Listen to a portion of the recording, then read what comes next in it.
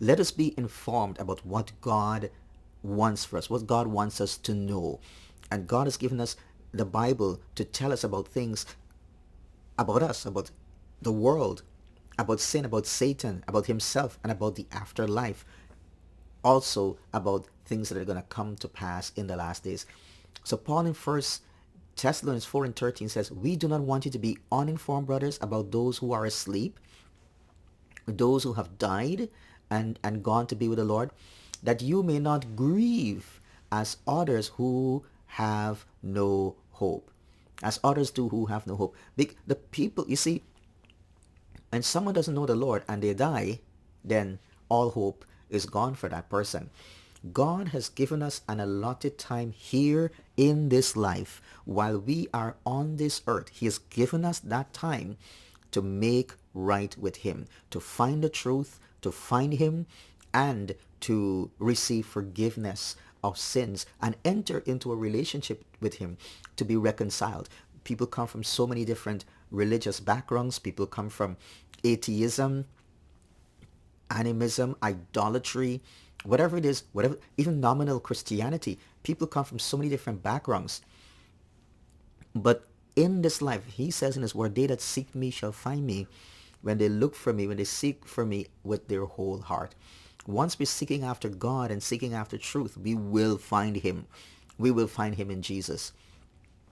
So Paul is saying, we do not want you to be uninformed, brothers, about those who are asleep, that you may not grieve as others do who have no hope. The people, when you lose someone in death and you don't know where they're going, or they do not know the Lord, you're grieving. And even, I remember one of the saddest funerals I went to was a professor, a very learned man who died, but and there were lots of professors there, people from high society there at that funeral, but the sense of hopelessness and despair was there. It was just so dark and so empty. But when a Christian, when someone who knows the Lord, born again, and they're living for God, when they die, they know that they have just entered into a better place. They've just gone to be with the Lord. So we can even rejoice at someone who's gone to be with the Lord because we know where they are going. So Paul is saying, I don't want you to be uninformed. I don't want you to be grieving over these brothers and sisters who have died and gone on to be with the Lord. They are asleep. They are with him. You don't need to grieve like the people in the world. Because for the Christian, this life and death just takes us, it's just a doorway into the afterlife and a better afterlife. Bless God. So that should bring encouragement to us, those of us who are walking with God. We don't need to be afraid of death.